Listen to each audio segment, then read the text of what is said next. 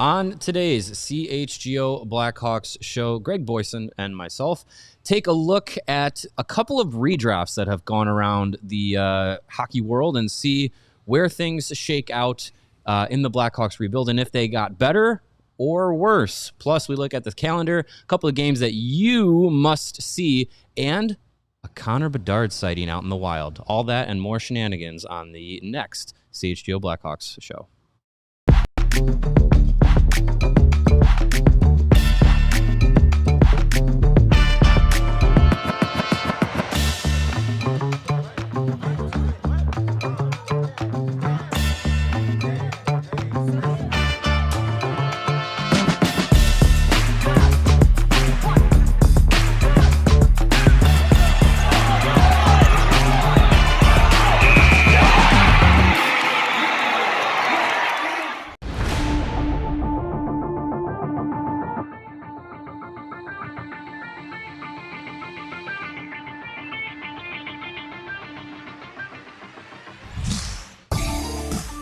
Welcome in to the CHGO Blackhawks podcast. My name is Mario Tirabassi. I will be the host today. Jay is off today, taking a deserved day off. I am joined by Greg Boysen. Chloe is producing as always. Happy Friday, everybody. We made it. We made it to the end of the week. Yeah, it's air and water show weekend. World War III is not starting in Chicago. Which is always fun. Sitting down here, not, in the city, hearing the planes and the sonic booms and all that stuff. It's always always a fun. And the Cubs seem to always be in town for air and water show. Well, it's weekend. good content. Is the Bears game at home tomorrow? You know what? I don't know. Like, wow, can you plan more things? It is, huh? Cram more things into the weekend. You should have made Lollapalooza this weekend, too, just to get even more people downtown. Way to go. Yeah, get it all done. I mean, look, Chicago summers are always packed with stuff to do. So. Yeah, but they don't all have to be in the same spot. Let's send everybody to lakefront at the same time. Yeah. It's a beautiful area, but yeah, we got a balcony here at the office that if we were to go out there and do the show outside, which we'll do on Monday, we'd be able to see all the stuff going on, all the jets and everything flying over, because it's a pretty good vantage point. But yeah, I always have to remind myself, like, no, you're not under attack. It's the air and water show. It happens every summer around this time. But one year, it just like I woke up from a nap with a jet just flying over my apartment building and scared the bejesus out of me. But I always am reminded of that Mark Grace clip from over 30 years ago, probably now, where he was in the batter's box and some jets did a flyover and like he literally like almost fell because he got so scared waiting for the pitch. So it's always a fun weekend. I've never gone.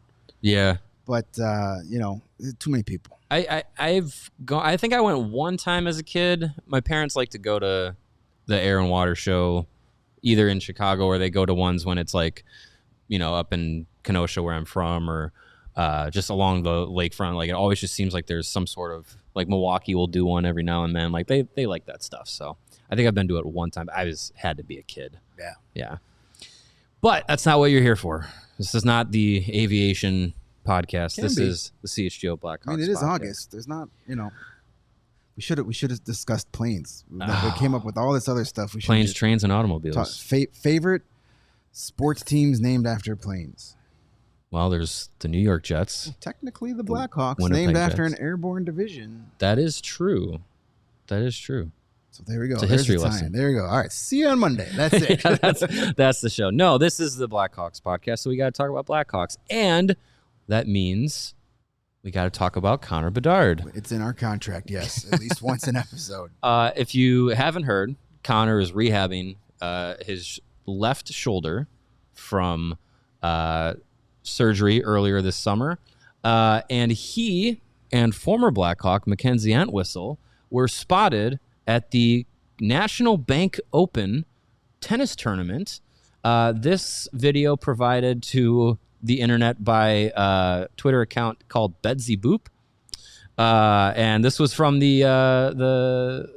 I maybe at the arena or on the broadcast. I don't know. But this is Connor Bedard and Mackenzie Entwistle taking a picture at the tournament. We're back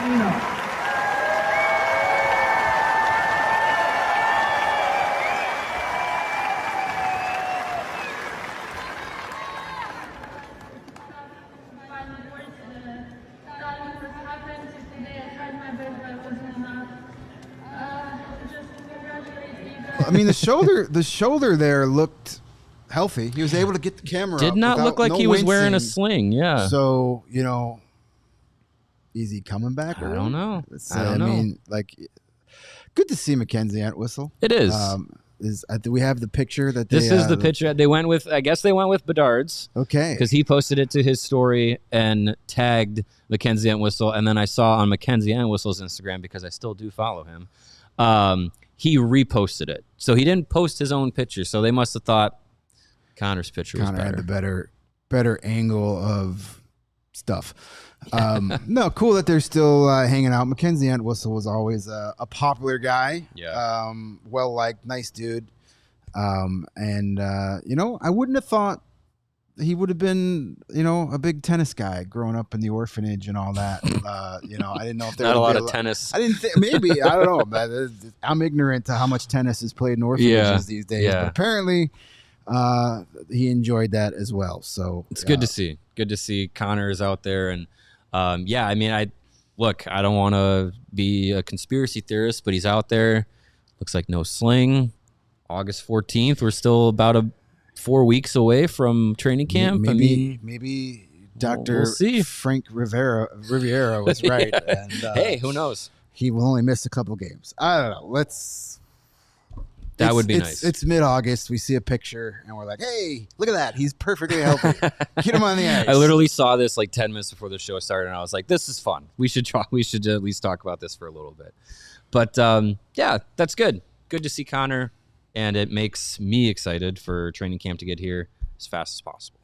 Now, today's show, we're talking about redrafts. It's a popular thing to do in the summer. Look back at a couple of drafts from a few years out and see where, with some hindsight, where players would go, first round, top 10, see how things would shake out.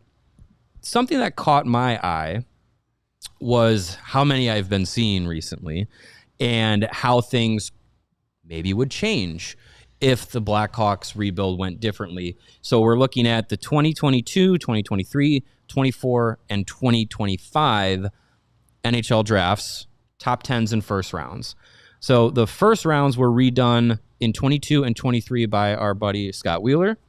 And then the top 10s were redone recently by Owen Cameron of the Hockey News. And so those ones I think will be a little bit interesting because it's not the full first round. And we've kind of, before the show, talked about maybe we can kind of finagle with it because those first rounds in 24 and 25, Blackhawks had 3 picks in each round. So starting with the 2022 first round redraft, Blackhawks had picks 7, 13, and 25. They originally went with Kevin Korchinski, Frank Nazar, and Sam Rinzel. In the redraft, Scott Wheeler has Frank Nazar going 6th to Columbus, Sam Rinzel going 9th to Buffalo, and Kevin Korchinski falling to 20th to Washington. So the pick in 2022 that was Korchinski turns into Simon Nemec. The pick that was Frank Nazar turns into defenseman Pavel Mitnikov. And the pick that was Sam Rinzel becomes Connor Geekie. Off of that first round, are we better or worse in the rebuild so far? You're better on the back end? I don't know. Yeah, you're better on the back end. I think Mitnikov and Rinzel, jury's probably still out on which one is. I mean, Mitnikov has had more success at the NHL level at this point, but we're just talking. He's had more games, I think. Yeah, he's played, more. But I mean, I would think those guys are kind of even. Maybe a little, a couple years from now, we'll revisit it and see who's had the better run. I mean, Nemec, 3 years into this, is definitely a better NHL defenseman than Kevin Korchinski. There's no argument there. Right. Do we still say that in a couple of years? I mean, Nemec has already been traded. He's already on his second team. I mean, things were okay in New Jersey, but wasn't getting the opportunity he thought he deserved. I mean, he scored that hat trick against the Blackhawks last year. So yes, he did. You don't see defensemen score hat tricks very often, including the third one in overtime. Yeah. I mean, so maybe he just really wanted to be a Blackhawk after all.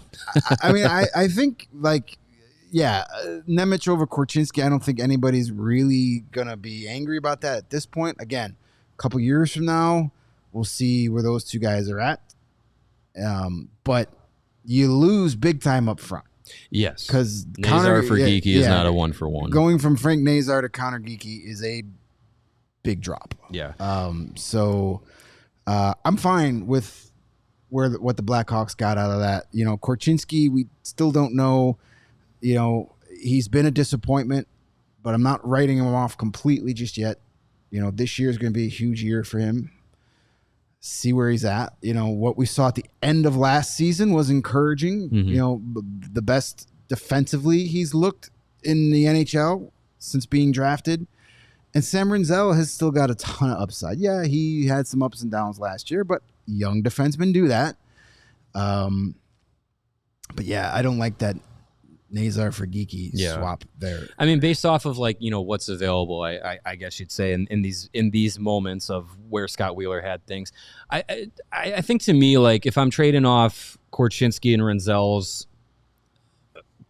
futures for Nemec and Mitnyakov, I think at least in the moment, I feel like Nemec and Mitnyakov would be NHL contributing defensemen to this group, whereas Rinzel's in there. Korchinski, we're still kind of figuring out where he's at. So, yes, I think defensively, I think you upgrade there collectively. But not having Frank Nazar and saying, like, okay, Connor Geekie is in that spot as the first-round forward that you take out of that draft class, it's definitely a drop-off. But is the drop-off of Nazar to Geekie, is that evened out by how the defensive 2-for-2 swap feels? Because to me, it kind of feels close. Yeah, let's take Kevin Korchinski out of this because he's the biggest question mark. So, would you think long term the Blackhawks would be better with Nemec and Mintyukov or Nazar and Rinzel? I think the Blackhawks would be better with Nazar and Rinzel. Yeah. I think it's for where those guys ended in this redraft, with Korchinski being 20th by Washington. That's closer to where then Geekie goes to the Blackhawks in the exercise, whereas Nazar and Rinzel are close. I mean, yes, I think with Nazar and Rinzel, you're better off because you have the defenseman that right shot, offensive upside. You still have that, but then you have the forward that feels like a guy that could be in the top 6. And with this loaded Blackhawks group as it is currently, like, we're talking about him maybe being the third center, but I think he's definitely a guy that has the top 6 potential and upside. I don't think Connor Geekie necessarily has that Frank Nazar does. Yeah, I think Nazar's ceiling is much higher than Geekie's ceiling, which, and to me, that's more important than any of those combinations. Is having, that Nazar hit that ceiling, I think is most beneficial long-term to this rebuild than having two pretty solid defensemen. Yeah, I mean, well, and Davidson too. Like, I think in some of his drafts, he went for, like, let's build for the back end first, which is why you got Korchinski and Rinzel, and then Levshinov was, the top pick in 24, and like, I feel like he tried to, like, get the top end defenseman, and then you fill out the forwards from there. So I think, like, as far as, like, maybe the mindset, like, this redraft kind of fits that. But it is interesting to kind of feel like, okay, had this redraft in 22 played out, how does the rest of, the domino effect kind of fit in. And we'll get into that after the break. We're going to get into the 2023 draft, which earlier this summer we had a conversation about, is it the best that Kyle Davidson has had so far? It kind of gets dismantled by Scott Wheeler, and we'll see how that all plays out as we hit the break zone. We'll be right back on the CHGO Blackhawks podcast. Our friends at Sunnyside are here to elevate your baseball season. Sunnyside is your home for judgment-free shopping with over 100 strains to choose from and easy online ordering and in-store pickup. So wherever you are in Illinois, Sunnyside has a location for you. They have places as south as Champaign and as far north as South Beloit. You can stop into the store nearest to you for expert guidance from their staff. And if you're looking to hit the links this summer, the good news, Tea Time vapes are perfect for you. They are a vape with a lemonade flavor, so it goes perfectly with an Arnold Palmer out there on the golf course. Plus, you can take advantage of Sunnyside Stash Pass Summer. Now through Labor Day, it's their summer rewards program where you can get rewards and all that good stuff for every visit, every purchase. Head to their website for only the best under the sun, including 50% off your first 3 online purchases with the code HICHGO. That's HICHGO. Sunnyside dispensary only for those 21 and older or Illinois medical card holders. And what if you could have reliable Wi-Fi, and what if you could keep it at the same price for 5 years? That is the Xfinity 5-year price guarantee. Imagine Wi-Fi that makes everything in your home work together. It can find and fix problems before you even notice them. It's like a super intelligent Wi-Fi with a sixth sense, and it lets you stream the game even when the whole family is online. It's all of your devices working in perfect harmony for 5 whole years, and the best part is there's no annual contracts, no hidden fees, and Xfinity's best equipment is included.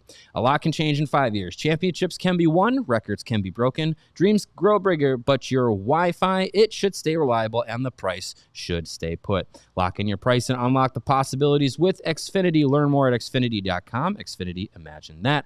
This offer is for select plans only and restrictions do apply. And we're back on the CHGO Blackhawks podcast. Hit that like button. That really helps us out. More likes, more subscribes, all that stuff allows us to continue to grow here at CHGO Sports, and specifically CHGO Blackhawks. The hockey content on YouTube is something that is not super abundant, super promoted, so the more likes, the more visibility helps us continue to grow and continue to do some of the awesome stuff that we do. All right, we're going to get into the 2023 first-round redraft, which was done by Scott Wheeler earlier this summer. We talked about it. The Blackhawks had picks 1 and 19. They came away with Connor Bedard and Oliver Moore. In Scott's redraft, 4 Blackhawks end up landing in the first round. Number 1 stays the same. Connor Bedard stays a Blackhawk. Check that off the list. No problem. A big problem, though, is Roman Kanserov jumps from 44th overall in the second round to 9th overall to the Detroit Red Wings. I hate that. I hate that so much. Yeah. Steve Yzerman still have a job. Yeah, he might. Nick Lardis stays a Blackhawk, but he moves up from the 67th pick in the third round to the 19th pick, where the Blackhawks took Oliver Moore, and that stinks because the Blackhawks lose Oliver Moore 1 pick later at number 20 to the Seattle Kraken. So as we're looking at this redraft and kind of how this rebuild is going through the first rounds, you keep Connor Bedard. That's good. You got the guy that you tanked for, and all this has been about to start with. But you lose Roman Kanserov, who, again, someone that, again, is all based off of projection. Right. He hasn't played a game in the NHL yet, but to move from a guy that was taken in the second round to, in hindsight now, someone like Scott Wheeler saying he's the 9th best guy in the draft class. He hasn't even played in the NHL yet. Yeah, that's crazy. That is saying something. You lose Oliver Moore. So what I wanted to do, because Nick Lardis moved from the third round and Roman Kanserov moved from the second round, is look at those picks, who was still on the board at the time, and let's maybe replace Kanserov and Lardis for the Blackhawks and kind of see where things kind of shake out. So in the 2023 draft, Roman Kanserov, like I said, was a second-round pick in the 44th pick. Blackhawks picked again at 55, and that's where they got Martin Misiak. So looking at the picks around there, is there anyone that stands out to you when I say Maxim Sturbeck, Kalen Lind, Brady Cleveland, Etienne Morin, Danny Nelson, Carson Remkoff, Carson Bjarnson, Oscar Fisker Molgaard? Are these just random generated names to you? I'm like, Danny Nelson, was that the Red Wings pick? Danny Nelson was Islanders pick. Islanders. Okay. He is currently playing at the University of Notre Dame. Was he a guy that you were kind of looking at back in the day? That name, that's out of all those names, that's a name that I seem to remember as somebody that I was looking at. He's at Notre Dame, so we know Jay would rather have Jay him. would probably he would jump probably all pick over him. it. Yeah. He's had a solid college career since being drafted. 23 points in 30 games as a freshman, 26 in 36 his second year, and 29 in 36 games his junior year. So kind of a plateau. And he still hasn't signed? Still hasn't signed. So I think he's going back for a fourth year. Telling me he doesn't want to play for the Islanders. Played for the him. U.S. at the 24 and 25 World Juniors. I think if we're talking hindsight, that's not a bad pick. Carson Remkoff was another guy that I remember around that time being a name that like I figured the Blackhawks would probably be sniffing around. He's a big forward, 6'3", 200 pounds, was playing in the OHL with Kitchener at the time. His draft plus 1 year after he was drafted, 95 points, including 52 goals in 60 games with Kitchener. And then in 24-25 played with Brampton, had 86 points in 57 games, 2 trips to the World Juniors with Team Canada in 24 and 25, and played all of last season with the Coachella Valley Firebirds, 19 points, including 13 goals in 69 AHL games. Yeah, I think the only other one, maybe Oscar Fisker Molgaard. I know has already played in the NHL a few games. Was picked by Seattle. Coming out of Sweden. Yeah, so that could be. I would say either Fisker Molgaard or Nelson would probably. I'll go with Fisker Molgaard. Yeah, because it's just fun. Oscar Fisker Molgaard. Yeah, triple name. OFM. All right, and Nick Lardis was picked 67th overall in the third round. The Blackhawks also had a second, third round pick at 93. It was Yuri Felchman, who's going to be playing with the organization now upcoming this year. Probably going to be with the Ice Hogs, but he'll be at training camp. That'll be fun to see. Anybody stand out to you in the third round of 2023 between picks 67 and 93? I'm looking at it. And not really. Outside of my mindset, Fowler, but you picked Adam Guyan. So right. My mindset is like, if you're replacing Nick Lardis, I'm picking a forward. Right. And there's not really, I don't even know. So maybe instead of taking Guyan 35th, you take Andrew Cristal there, and then you take Jacob Fowler in the third round? Maybe. I mean, Fowler's played some NHL games already. He's already got it's 17 games in the NHL. I do remember the name Jesse Kiskinen. Picked one pick after Nick Lardis to the Predators. He's played the last, I think, last year. He made the jump from Finland to the AHL. He had a goal and assist in 3 games with Grand Rapids. Was playing in Finland. There's another triple name, Noah Dower Nilsson. Just go with the triple names. Didn't that guy play the Windy City Detroit. Smokeout this year? Wasn't he part of that bill? Could have been, yeah. Sounds like it. Yeah. Name out of a hat? Sure. Okay. Dartboard. Bring out the dartboard. Let's see what we got. Take Caden Price. He sounds like a hockey player. Price. Yeah, that sounds like a hockey. Sure. Hockey Defenseman name. from Kelowna. Sure. Perfect. Go for it. I think the big thing with this draft class is that it feels like you lose a lot. Well, yeah. Here's the interesting debate, though, that we kind of just glazed over. You're at 19. Do you take Lardis over more, or do you still take more? That's a good question. It's because, like, we still don't know exactly what each one of those guys is going to be, but we do know, like, Nick Lardis's ceiling is a I don't want to say one-dimensional, but like 1.5-dimensional goal scorer. His job is to score goals. His goal scoring dimension is better than any other dimension he has. If you're only going to have one really good dimension, scoring goals is a good one. That'll keep to be you your in best. the NHL. Yes, that will get you plenty of looks at the NHL. Where Oliver Moore won't have the goal scoring, production that Lardis has. Probably not. If they both hit their ceilings, but brings you a lot of other stuff that you need. You know, he's got the speed, he's got the defensive game, he's kind of got that gritty side to him. So that's an interesting debate. Maybe that's a good mini podcast. Hey, we're here now. Why don't we talk about it? I don't know.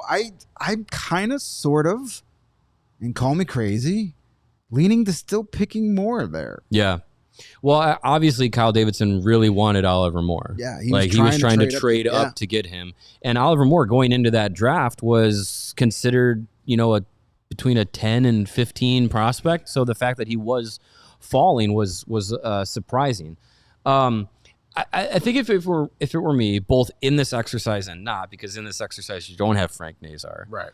So I think you're looking for maybe a guy that is like that with the speed, more of that all-around game. I don't think Oliver Moore's offensive game is as good as Frank Nazar, but guys from similar molds.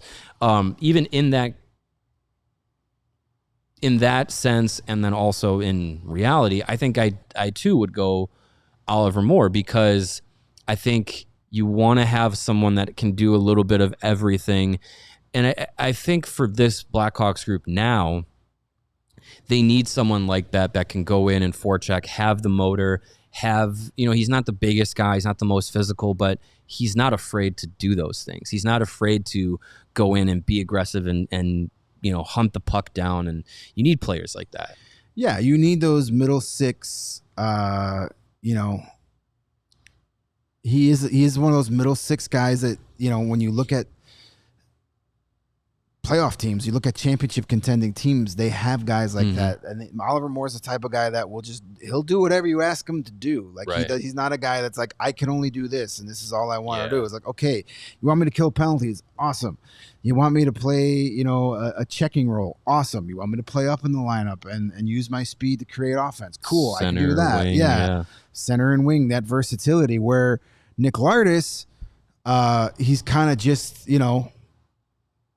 we know what he is. He's a guy that wants to shoot the puck. He wants a guy that wants to score goals, which is awesome. You need guys like that too. Right, yeah. But when you have, some high-end guys already in the system, and just listen, again, you go back to what the Tkachuk brothers said about Oliver Moore after the World Championships. He made a big impact, for sure. Think of those two what you will, but when they're actually talking hockey, and they're talking about like this guy is going to be a beast in the NHL, right? That carries some weight. Yeah, the guys that have been on Team USA, winning gold medals, winning world championships, winning Stanley Cups. In Matthew's case, like they've been around the elites. They know what it takes to win it all, and they think he's got that. So, I probably. Not probably. The hell with it. I will. I will take Moore over Lardis in that spot. Like I think Moore, you lose offense, but you gain a lot of other things. I think it's a net positive when I think of those two guys keeping Moore around. Yeah. I think the offensive metrics probably don't line up, but the defensive metrics, I think, make up for it. And not to say that Nick Lardis is bad defensively. We saw an improvement last year. No, I was rather impressed with everything else Nick Lardis did. Like he was engaging, like he didn't shy away from contact. He got involved in board battles. He wasn't a perimeter. He wasn't Dylan Secura just hanging out by the faceoff dots waiting for the puck, refusing to go to the middle of the ice. I was he wanted to go out there and, show everybody that he's more than just a goal scorer. But even if he gets, it keeps improving in those aspects, I don't think he'll ever be as good as Oliver Moore in those aspects. Yeah. Yeah. I think the all-around game, growth for growth, I'd probably still go with Oliver Moore. But, I mean, in reality, I'm glad we got both of them. Yeah, good thing we don't have to choose. They're both here. They're both going to be in the NHL this year, and they were they had good maybe they'll be line mates. I think they might be. Yeah, they had some really good chemistry those first month or so of the season in Rockford. They were leading the Ice Hogs there. So when the team is fully healthy, a combination of Frank Nazar, Oliver Moore, and Nick Lardis on a line would be a lot of fun to watch. It would be. When they have the puck, yes. Well, hey, defensively they wouldn't be bad. Those guys could go back, could go and get it from with those speed. Imagine those guys, and then you've got guys on the back end that can hit them with a stretch pass to where they could use that speed. I mean, that could be fun. It's I don't know how many points the Blackhawks are going to have this year as far as relatively to last year, but they are going to be more enjoyable to watch. It'll be more fun hockey. Yes, absolutely. That I will say with good confidence. It will be the games will be more fun this year, and they'll be even more fun if they win a bunch of them. Well, they'll have a better. If it's more fun hockey, they'll have a better chance of winning them. There you go. All right, we're gonna hit the break zone for the last time today. We'll come back. We'll go through 24 and 25. Stay tuned. We'll see if we have a better rebuild or a worse rebuild when we're all done with this. Summer heat is here, and your AC is working harder than ever. Don't wait for it to break down. Call Four Seasons today and get a complete AC tune-up for just $89.95. Four Seasons' expert technicians are available 24/7 for emergency services with no additional charges for nights, weekends, or holidays, which is, of course, when things break. And whether your air conditioner stops working, you have a clogged drain, or you need an extra electrical outlet installed, Four Seasons has you covered. And if you do get your AC fixed or tuned up by them and it breaks, they'll fix it at no additional charge. Four Seasons is your trusted local experts for heating, air conditioning, plumbing, sewer, and electric. Visit fourseasonsheatingcooling.com for all of their special offers and money-saving coupons. Again, that's fourseasonsheatingcooling.com. Make sure you are ready for the rest of summer. And as summer winds down, it is time to save big at Ray Chevrolet. During the model year-end sales event, you can get 0% financing for 60 months on brand new Chevrolet models. Or, of course, you can check out their selection of over 125 vehicles priced under $20,000. With one of Chicagoland's largest Chevy inventories, you are sure to find the perfect vehicle for you. And as one of the top-selling Chevy dealers in the Midwest, they are able to keep their prices competitive, so you know you'll get a great deal. And Ray's Price Promise lets you shop confidently because what you see is what you pay.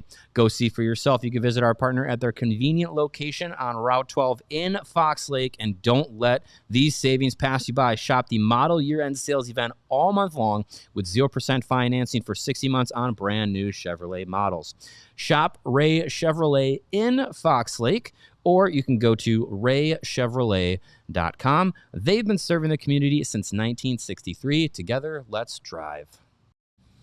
All right, we're back on the CHGO Blackhawks podcast. Keep hitting that like button. As I said before, that really helps us out. All right, the 2024 redraft, recently done by Owen Cameron of the Hockey News. Different than how Scott Wheeler has done them. This is just the top 10. So the 2024 redraft, as you all know, was when Artem Levshinov was picked number 2. Ivan Demidov ended up being number 5, and we've lived that argument every day since. The way that Mr. Cameron has done it, Macklin Celebrini still goes number 1 to the San Jose Sharks. Shocking. Number 2 to the Chicago Blackhawks. As a shock as it was when he went number 3, it is a shock that he goes number 2 is Beckett Seneca. What? Not the greatest Russian-born player ever? Not according to the Hockey News. Yeah. Ivan Demidov goes 1 pick later to the Anaheim Ducks. That's why they're not in print anymore. Columbus takes Igor Chernyshev. Montreal takes Tij Ginla.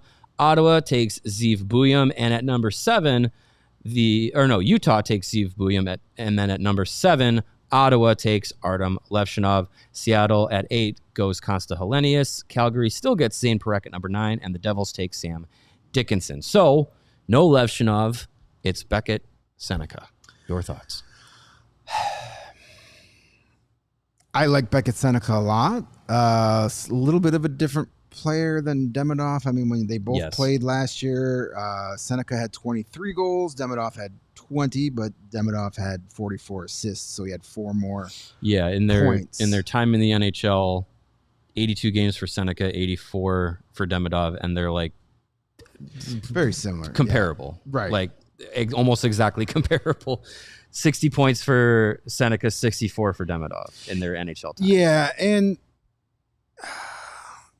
I don't know. I think, as you mentioned, Davidson was building for defense, so I think he was going with a defenseman no matter what. So sure.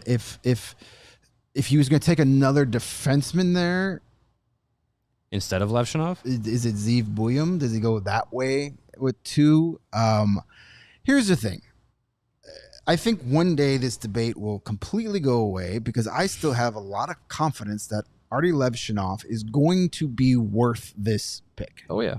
I think we're going to see a better version of him this year, and then another season after that or so, you're going to be like, that was exactly the right pick, especially when you think like, oh, we could have had Demidov, we could have had Seneca, but when you have Frondell 2 years into the NHL and Kanserov 2 years in the NHL, you're going to be like, yes, picking the defenseman was the right move there. Yeah. Because, okay, it's not, then you have Demidov, who, yes, we all sat here before the draft and wanted him. I wanted Demidov in that spot. Right. But then, Davidson went Levshunov, but then got Frondell the next year. Who would you rather have, Frondell or Demidov?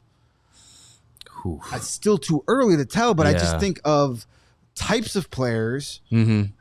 I'd kind of rather have the guy that plays it all and who's bigger. So I think it's way too early to be redrafting. Even 2023 is kind of a little early for me. I think you got to give it at least 5 years. 2024 you got to give a lot too early. You got to give guys time to get into the NHL. There are guys in the first round that haven't even sniffed the NHL yet that could still be really good players. So I think that's the Levshunov party plane flying over us. I still think Artie is going to be worth this pick. I've seen enough of I think, the high spots that we saw are very exciting, and we're going to get more of those as time goes on. And when we relook at this draft, and because you just can't have these drafts just in a vacuum, because you have to say, okay, you had Kanserov the year before, right, and Lardis. There's some offense too, and then you get Frondell the next year. It makes waiting for Levshunov worth it. Yeah, and I think too, like you don't predict that you're going to be a lottery team. You don't pick where, you don't predict where you're going to draft the next year. You're really, when you get to the draft table in 2024, you're not thinking about 2025 necessarily.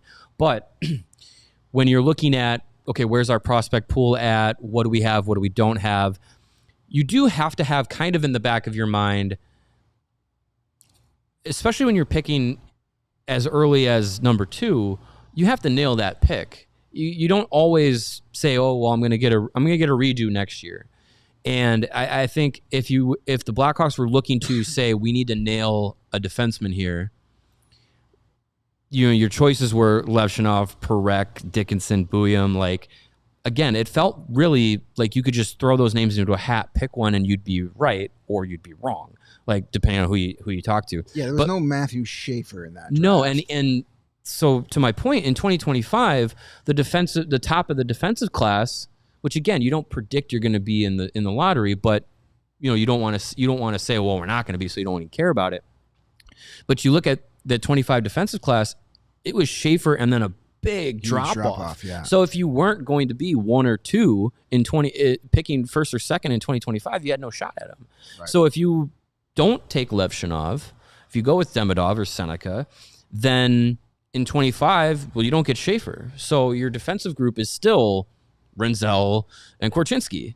And I think if we were at this stage with just Renzel and Korchinski, your defensive group would look significantly different. I think having Levshunov, and I agree with you, I also feel like there's a lot of game left for him to develop. And, this year I think we're going to see some big strides from him. Like, I still believe he's going to live up to being pick number 2. Yeah, I think there's going to be a lot of receipts getting cashed in on the Levshunov I hope so. debates. I mean, this is, still so early in his career. And I think he's going to have a really solid year this year. I'm not saying he's going to be a superstar this year. That'd be great. But I think, coming into year, second full year into the NHL, an off season to work on things. And also just getting familiar with your surroundings. Yeah. Is a big deal. He's got favorite meals at Gibson's now. Like, he's more comfortable in Chicago. He's got friends. He's hanging out with Wyatt Kaiser, going to concerts at Wrigley Field, wearing the same outfit. Maybe he's going to go to a tennis tournament with Mackenzie Entwistle. I don't know. I think he's a big soccer guy. Okay. Yeah. Then maybe. But, I mean, maybe tennis too. Sure. I mean, he'll. Artie seems like the kind of guy that you invite him somewhere, he's just going to be like, yeah, okay, let's do that. Yeah, right. I don't think he's going to. Cool. What's tennis? Explain it in the car. Go for it. Yeah, he does.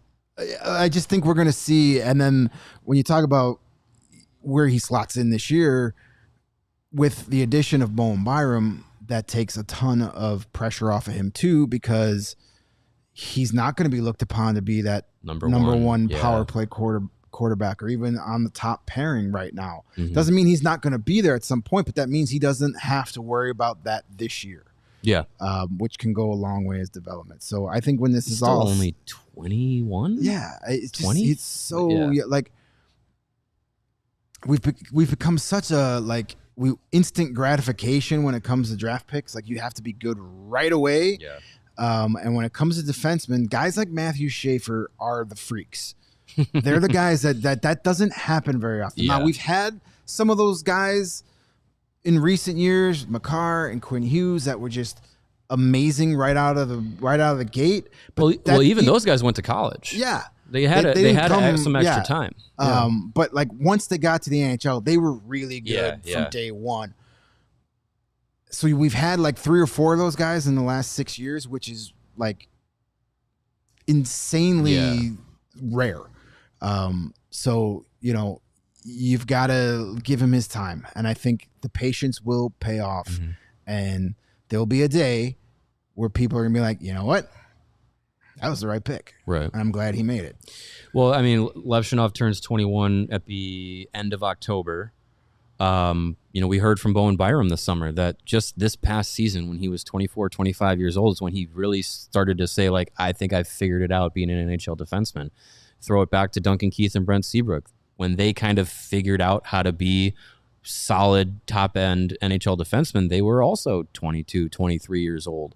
So it took a couple of years for those guys to kind of figure it out. So you can't throw Levshunov and his development out the window just because he's not a stud right away, to your point. It's so rare to get guys like that so consistently.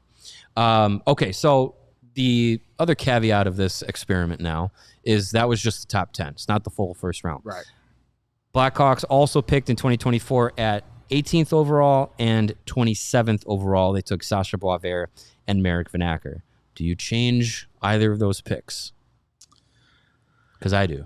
Yeah, I mean, I was a big Michael Hague fan and probably still make that pick, though I'm not completely I know a lot of people got down on Boisvert this year because he had the bad year, the down college year, yeah. But everybody thought that pick was a genius move when he was one of the best freshmen in the country at North Dakota the year before. Right. So he's somewhere between those two players, and somewhere between those two players is still a pretty darn good player. Yeah. I just think, I was a fan of Hage at that draft. I wanted him at that pick. I probably make that move. Mm-hmm. And Vanacker, I like too. I think he's going to be a solid middle six guy. We can't take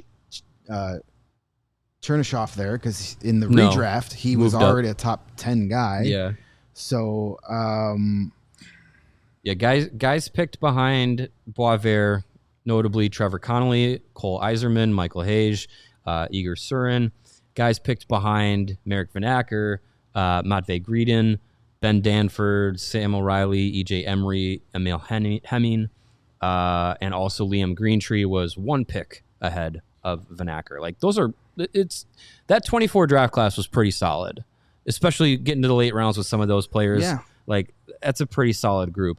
I think I'm on the same page. I would switch the Boisvert pick for Michael Hage. I think, but I think player type, as you were kind of talking about earlier, is important.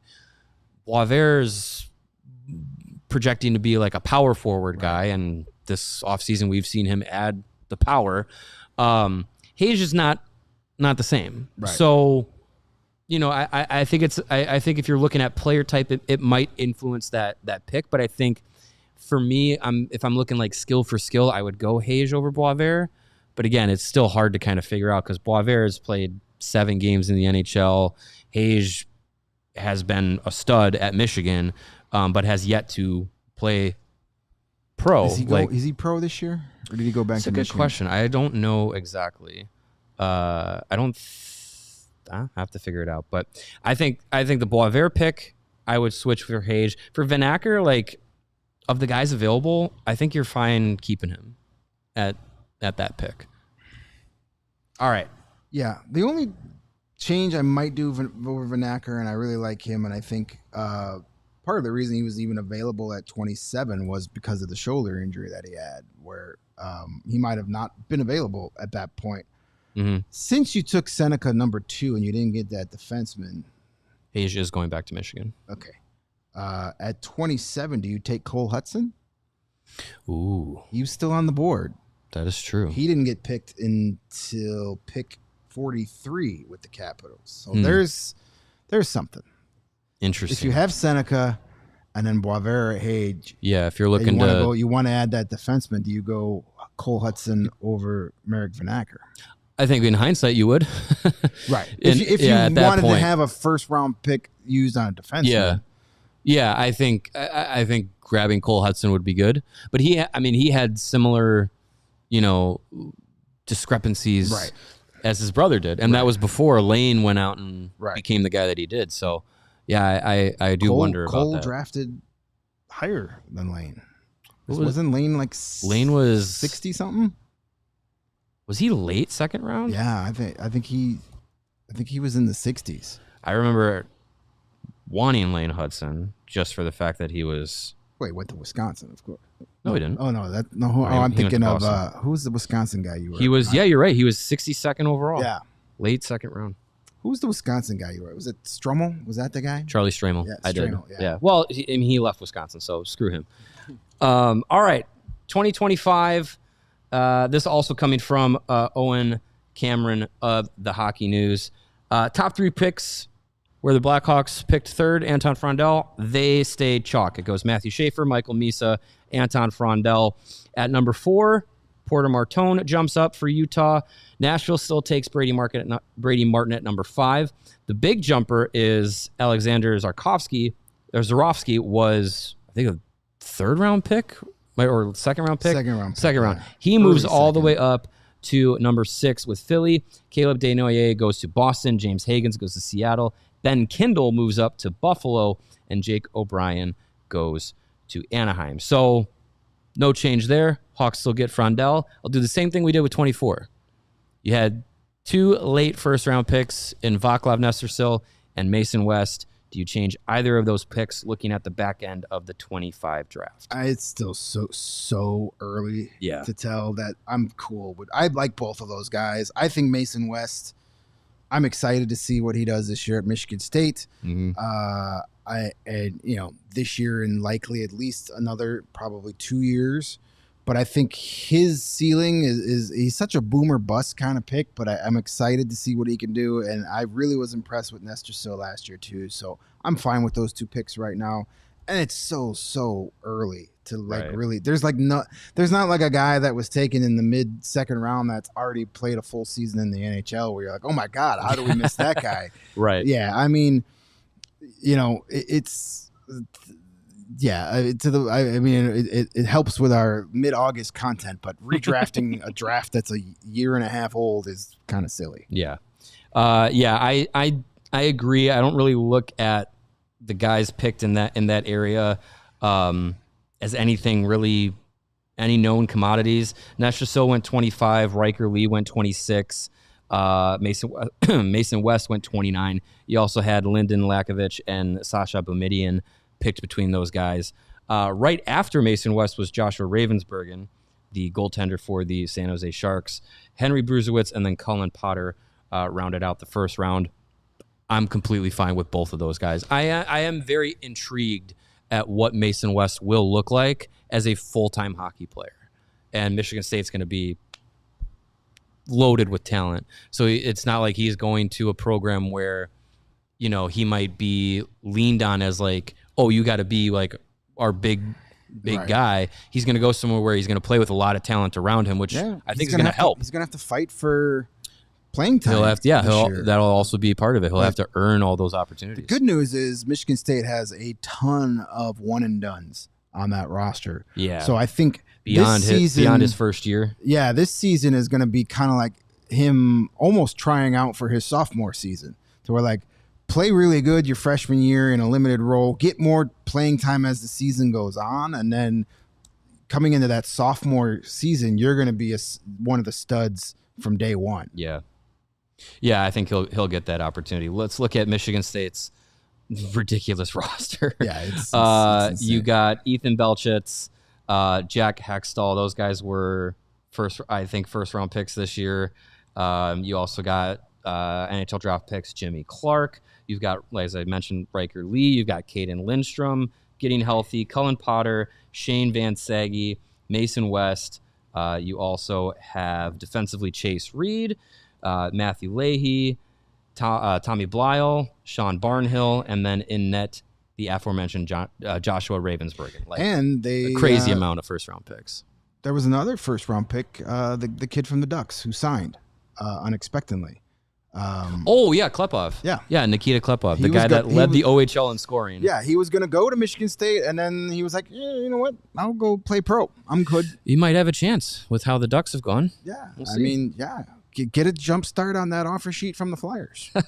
Of course. All right, so when it's all said and done, I think I kept track of this properly. The Blackhawks rebuild through the draft so far.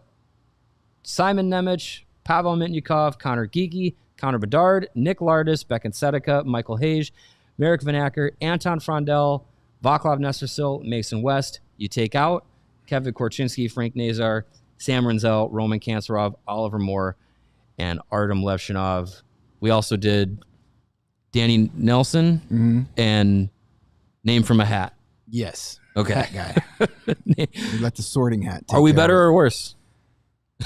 I really don't know. It's still too early to tell, but I kind of prefer how it actually went than the redrafts. Yeah. Not having Nazar or Kanserov. That's tough. And Oliver Moore. I mean, but having Seneca. Man. I think we're good as reality. Yeah, I prefer reality. I think we're good. Alternate reality isn't terrible by any means. It's a fun conversation in August. Well, let's revisit this next August. All right, I just deleted the whole document, so we'll have to do it from scratch. By then, we'll have a 2026 redraft we could talk about. Oh, nice. Should the Blackhawks have traded the number 4 pick? Get that conversation going. That will be out there. All right, the Blackhawks schedule has been released for a while. Tickets have been on sale.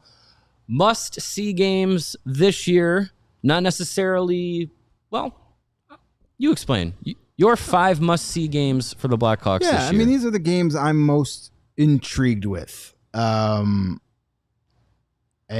I'll just go in chronological order. We start October 10th with the Carolina Hurricanes in town. A nice measuring stick game early in the season against the reigning Stanley Cup champs.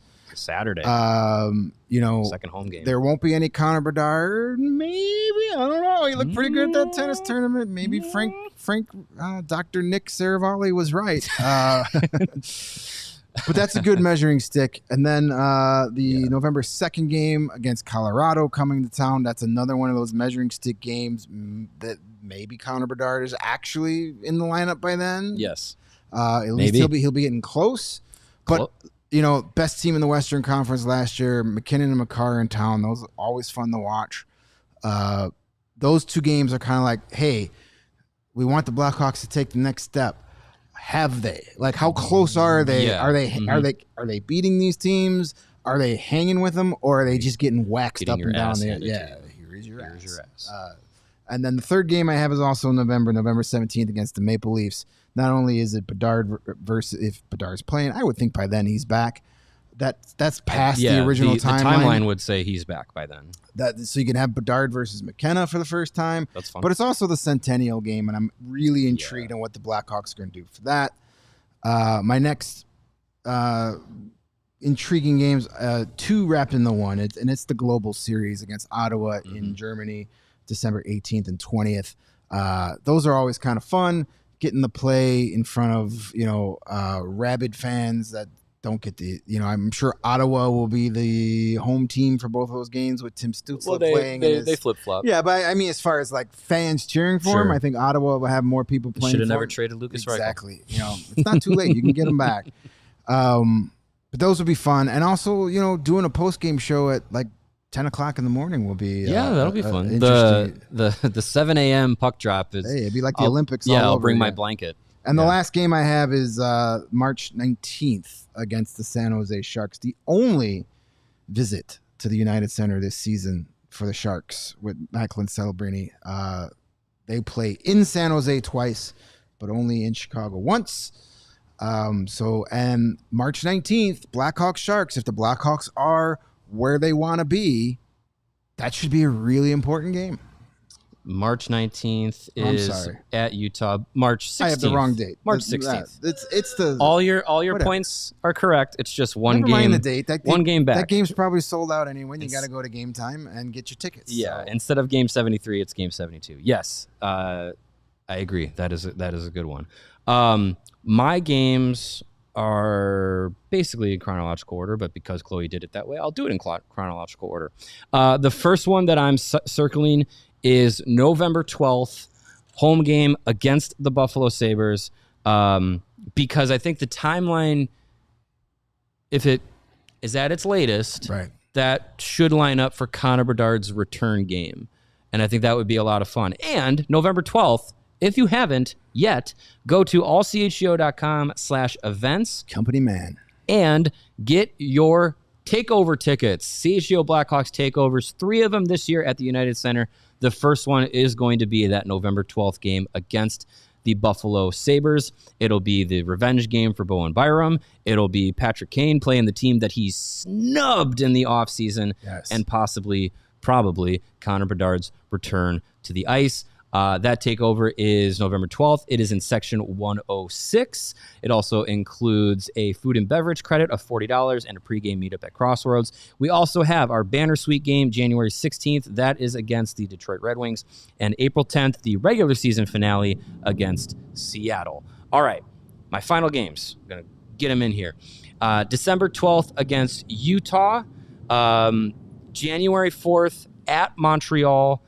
I got then the January 30th and February 10th road games, bookending the All-Star break against the San Jose Sharks, and February 28th against Colorado. All of these games fit the narrative that you mentioned a number of times, measuring stick. These are teams that I feel like the Blackhawks are compared to as far as rebuilds go. Utah/Arizona, Montreal, San Jose, and then Buffalo was a surprise team last year. They're going to have high expectations, and Colorado was the best team in the West last year. How do you measure up against not only the teams that are good, but also that you are getting paralleled against with how you are developing? How far away are you from the Utahs and the Montreals and the San Joses as far as young players, young core, and contention? And all of those games, for me, come after Connor Bedard should be back. So you, in theory, have your full lineup.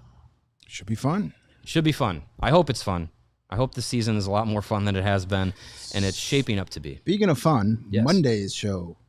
Monday's show is going to be fun. We're going to be on location at the Twin Orchards Country Club. There is a charity golf event going on that a number of Blackhawks are going to be there.